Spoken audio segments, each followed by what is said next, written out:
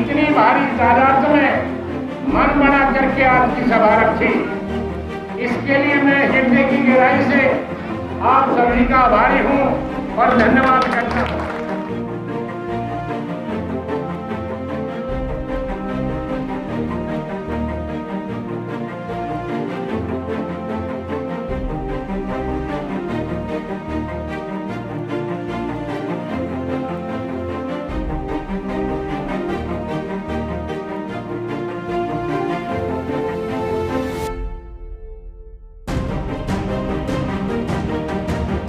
दैनिक हरियाणा में पवन कुमार राठौड़ के साथ में आपका स्वागत है। जैसा कि आपको पता है, चुनावी माहौल चला हुआ है हरियाणा के अंदर। दूसरे चरण के जो चुनाव है उनके निशान भी मिल चुके हैं। उसी को लेकर के वार्ड नंबर 6 जिला रेवाड़ी में अभी हम पहुंचे हैं और यहाँ पे पहुंचने के बाद में अभी हम जिस व्यक्ति से आपको मिलाने वाले हैं, ये एक बहुत ही बड़ी शख्सियत है, बहुत ही बड़ा ज़बरदस्त है। इन्होंने एक बहुत ही ज़बरदस्त वीर किया है। तो अभी हम यहाँ पे दादा जयपाल जो डहीना से हैं, समाज सेवी रहे हैं, अधिकारी के तौर पे भी इन्होंने काम किया है, उनसे हम बात करवाने वाले हैं कि वो किस हिसाब से चुनावी दौर में चले। नमस्कार जी। बैठो, कोई नहीं साहब, जैसे कि आप चुनावी दौर में चल रहे हैं, तो क्या ये पहला आपका राजनीतिक स्टंट है या इससे पहले भी आप चुनाव लड़ चुके हैं? इससे पहले मैंने यूनियन के रोडवेज में 12 चुनाव लड़े, जिनमें से मैं एक चुनाव हारा और 11 चुनाव मैंने जीते। उसके बाद रिटायरमेंट के बाद मैंने गांव में आके समाज सेवा, इतनी समाज सेवा में लीन हुआ, 5-6 साल तक लगातार समाज सेवा की। और समाज सेवा के बाद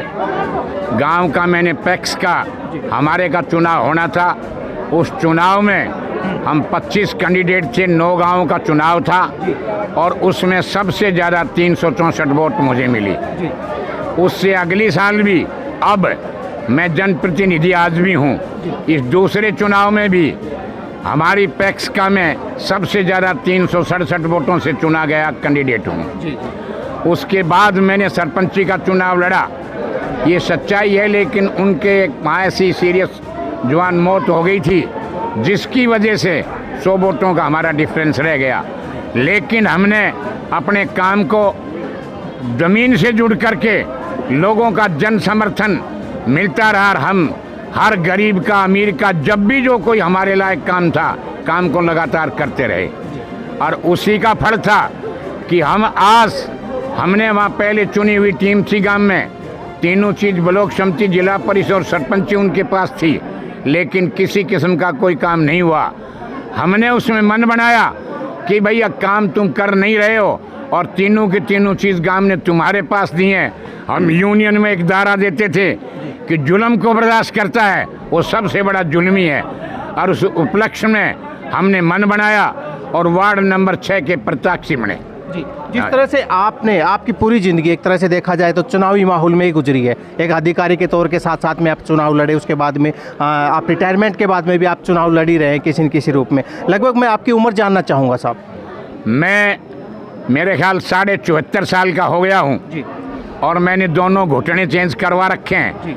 लेकिन इस तरह का जन समर्थन मुझे मिलता है तो मैं यूँ समझता हूँ कि मैंने रेस में नाम लिखवा दिया।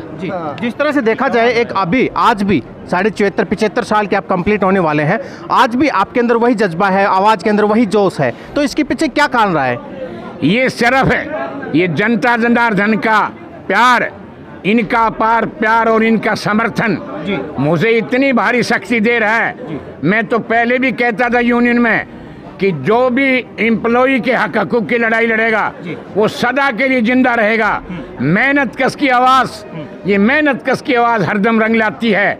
मेहनत कश का जन समर्थन मेरे साथ है तो मेरा बूढ़ा होने का सवाल ही नहीं है। जी, तो जैसा कि आपने देखा है कि दादा जयपाल यहाँ पे एक बहुत ही ज़बरदस्त तरीके से आज में जोश के साथ में चुनाव लड़ रहे हैं। और दादाजी, एक बात आती है, यहाँ पे आपके सामने बहुत सारे प्रत्याशी खड़े हैं, लेकिन जनता आपको क्यों चुने, क्या कारण है आप ही को वोट दें? ये जनता का अपना मामला है जी। इनके पास एक ऐसा तगड़ा माइक्रोमीटर है कि जितने भी प्रत्याशी हैं उनको सबको लगा कर चेक कर लेते हैं किसमें कितना दम है, कौन क्या काम करवा सकता है, क्या जज्बा है। ये इनकी अपनी सोच है कि उस काम के लिए इन्होंने मुझे चुना।